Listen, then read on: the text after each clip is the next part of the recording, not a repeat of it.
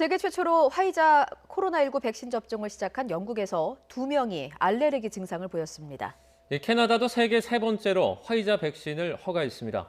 국제부 이어진 기자와 함께 얘기 나눠보도록 하겠습니다. 어서 오세요. 어서 오세요. 네, 안녕하세요. 예, 아무래도 세계 최초로 접종하는 백신이다 보니까 이 부작용 우려가 좀 클 수밖에 없었는데 실제로 반응이 나왔군요. 네, 영국에서는 그제부터 접종을 시작을 했는데요. 예. 접종 하루 만에 2명이 알레르기 반응을 보였습니다. 예. 일반 국민이 아니라 국민보건서비스, NHS 직원입니다. 유사 초과민 반응 증상이 발현됐고 현재 회복 중인 것으로 전해졌습니다. 이와 관련해 영국 보건당국은 과거 심각한 알레르기 반응을 보였던 사람들은 당분간 접종을 중단시켰습니다. NHS 의료 책임자는 이런 반응은 새로운 백신에서 흔히 볼 수 있는 반응이라며 접종 중단은 예방적인 조치라고 설명했습니다. 화이자 대변인은 알레르기 원인 조사를 지원할 것이라면서 3상 임상시험에서 심각한 안전 우려는 나오지 않았다고 강조했습니다. 현재까지 4만 4천 명 이상이 임상시험에 참여했고 이 중 4만 2천 명이 이미 2회 접종을 마쳤다는 설명입니다. 영국 정부는 다음 주부터 접종 장소를 늘려서 50개 거점 병원은 물론이고 280여 개 지역 병원에서도 백신을 접종할 예정입니다. 네. 그런데 화이자가 애초에 이 대상자 중에 임상시험에서 알레르기 이력자를 제외했다는 보도도 나왔네요. 네, CNN 보도입니다. CNN에 따르면 화이자는 애초부터 알레르기 이력자를 제외하고 임상시험을 진행한 것으로 나타났습니다.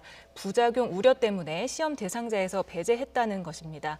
화이자가 지목한 알레르기 이력자에는 백신 접종 후 나타나는 급성 이상 반응인 아나필락시스 유 경험자가 포함됐습니다. 예. 화이자는 알레르기 이력자를 제외하고 임상시험을 했더니 실제 백신을 접종한 그룹에서 과민성 부작용을 경험한 사람이 0.63%로 나타나 위약을 투입한 그룹 0.51%보다 약간 높았다고 FDA 보고했습니다. 그렇군요. 이런 가운데 캐나다도 화이자 백신을 승인했죠? 네, 맞습니다. 영국과 바레인에 이어서 세계 세 번째로 캐나다가 화이자 백신을 승인했습니다. 예. 캐나다 정부는 이르면 다음 주부터 백신 접종을 시작할 예정입니다.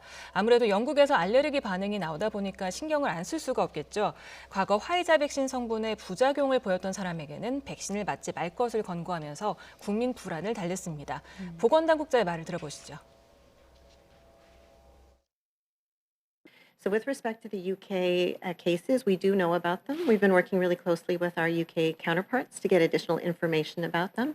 We know that those were allergic reactions that happened quite close to after somebody got the vaccine, and that the individuals were treated appropriately and have recovered.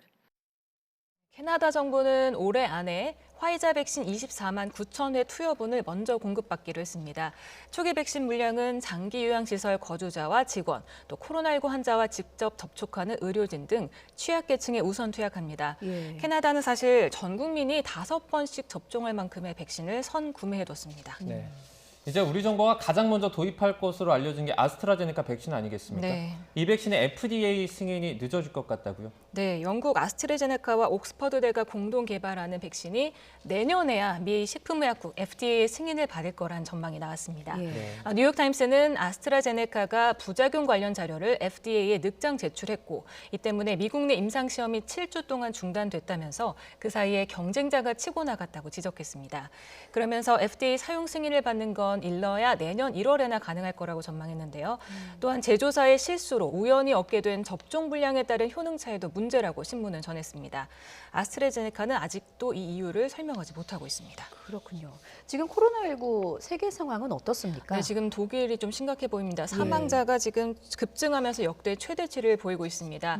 독일 보건당국은 현지 시간 지난 8일 코로나19로 인한 하루 사망자가 590명으로 집계돼 일주일 전에 기록했던 역대 최다 기록을 넘어섰다고 밝혔습니다. 그래픽을 보시면 얼마나 많이 늘었는지 더 쉽게 보일 텐데요. 예. 국제 통계 사이트 월드오미터 수치를 한번 보겠습니다. 보건당국과는 약간 차이가 있긴 합니다만 1차 대유행이었던 3, 4월에 최대 신규 사망자 수가 300명대였고요. 예. 최근에도 계속 300~400명대를 유지하다가 갑자기 지난 8일에 622명으로 확 뛰었습니다. 예. 누적 사망자도 2만 명을 넘어섰습니다. 메르켈 독일 총리는 연방하원 시정연설에서 추가적인 부분 봉쇄 강화의 필요성을 밝혔습니다. 들어보시죠. 예, 지금 저희가 메르켈 독일 총리의 시정 연설을 들을 예정이었는데 지금 녹취가 준비됐습니까? 예, 들어보시겠습니다. Ich will nur sagen, wenn wir jetzt vor Weihnachten zu viele Kontakte haben und anschließend es das letzte Weihnachten mit den Großeltern war, dann werden wir etwas versäumt haben. Das sollten wir nicht tun, meine Damen und Herren. 하면 또 일본은 코로나19 신규 확진자 수가 최다 기록을 갈아치웠습니다. 공영방송 NHK에 따르면 어제 일본에서 확인된 감염자는 2,811명입니다. 예. 지난달 28일 세운 종전 기록을 11일 만에 넘어선 겁니다. 일본의 코로나19 누적 확진자는 17만여 명으로 늘었습니다. 그런가 하면 미국도 지난 11월 4일부터 5주 넘게 하루 신규 확진자가 10만 명을 넘고 있습니다. 예, 알겠습니다. 여기까지 듣겠습니다. 지금까지 국제부 이어진 기자와 함께 이야기 나눠봤습니다. 잘 들었습니다. 고맙습니다.